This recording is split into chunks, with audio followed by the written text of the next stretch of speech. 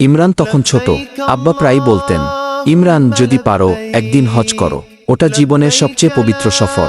বড় হতে হতে ইমরান সেই কথা ভুলেই গিয়েছিল। হজ, ওটা তো শুধু বুড়ো মানুষদের জন্য। আমাদের সময় কোথায়? একদিন খবর এলো ইমরানের বাবাকে সরকারিভাবে হজে পাঠানো হচ্ছে। আনন্দে তার চোখ দিয়ে অশ্রু ঝরছে।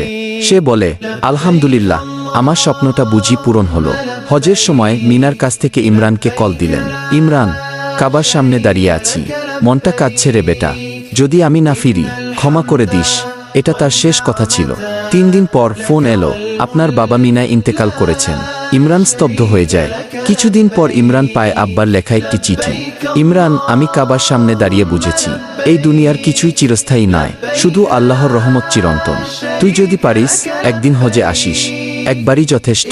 2 বছর পর ইমরান হজে গেল। কাবার সামনে দাঁড়িয়ে সে মনে করল, আব্বা বুঝি এখানেই কোথাও আছেন।